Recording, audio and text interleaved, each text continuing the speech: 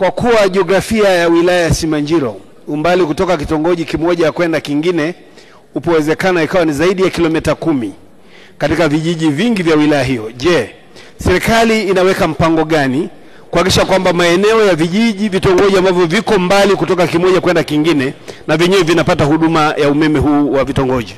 Kwa miradi hii ya sasa ya vitongoji, Mheshimiwa Naibu Spika, tumeenda kwa vigezo vya ziada. Ndio maana ile kigezo cha kwamba tunatoa sawasawa katika kila jimbo, katika miradi hii hatujafanya hivyo.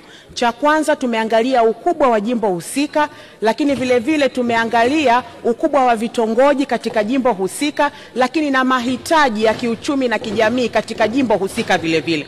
Kwa niwahakikishie waheshimiwa wabunge, mtaona utofauti katika miradi hii inayokuja ya vitongoji kwa sababu tumeangalia vigezo vya ziada kutokana na mahitaji ya jimbo husika. Na ndio maana kuna majimbo makubwa yatapata vitongoji vingi zaidi, na yale ambayo hata miradi yao imetekelezwa sana kuliko majimbo mengine, basi tutapunguza idadi ya vitongoji. Lengo letu ni kuhakikisha kila jimbo linakuwa na vitongoji vingi zaidi ambavyo vina umeme ili kuweza kuweka usawa. Nimhakikishie Mheshimiwa mbunge, serikali imechukua hatua za ziada katika miradi hii ya vitongoji inayokuja.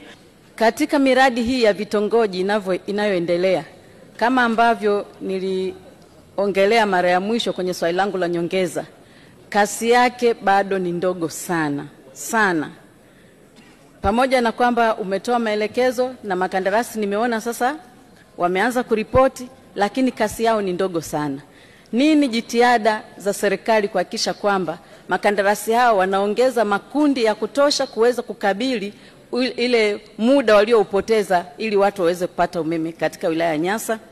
La pili, kitongoji cha Magugu ni kitongoji ambacho wakati unaenda Nindi utakipita hicho kitongoji. Je, serikali itasaidia kukifanya na hicho kitongoji nacho kipate umeme wakati huo tunapeleka Nindi? Kuhusiana na kasi ndogo ya mkandarasi, ni kweli mkandarasi ambaye anatekeleza mradi huu katika jimbo la Nyasa anaitwa MF, na ni kweli kasi yake ni ndogo kwa sababu atekelezi tu katika jimbo la Nyasa, lakini pamoja na majimbo mengine vile vile. Tumeshakaa na mkandarasi kwa siku ya juzi na tumeshakubaliana kwamba aweke wakandarasi wadogo, subcontractors 3, ili waweze kuongeza kasi ya utekelezaji wa miradi katika maeneo ambayo amepewa mkandarasi ikiwemo jimbo la Nyasa. Kwa nimhakikishie Mheshimiwa mbunge, tumeshachukua hatua za ziada za kumtaka mkandarasi aongeze kasi kupitia kuweka masubcontractor hawa ambao kwa kweli tutawasimamia kwa weledi mkubwa sana kuhakikisha kasi ya miradi katika jimbo la Nyasa inaendelea kuimarika. Lakini kuhusiana na kitongoji cha Magugu, katika mradi huu ambao unakuja kupeleka umeme katika vijiji, katika vitongoji, jimbo la Nyasa litapelekewa takriban vitongoji 91. Kwa hiyo tutaangalia katika orodha ile, kama kitongoji cha Magugu pia hakipo, basi tutaangalia kwa hatua zinazofuata namna ya kuwafikishia na wao wananchi wa kitongoji cha Magugu umeme ili na wenyewe waweze kunufaika na kuongeza tija katika shughuli zao za kiuchumi na kijamii.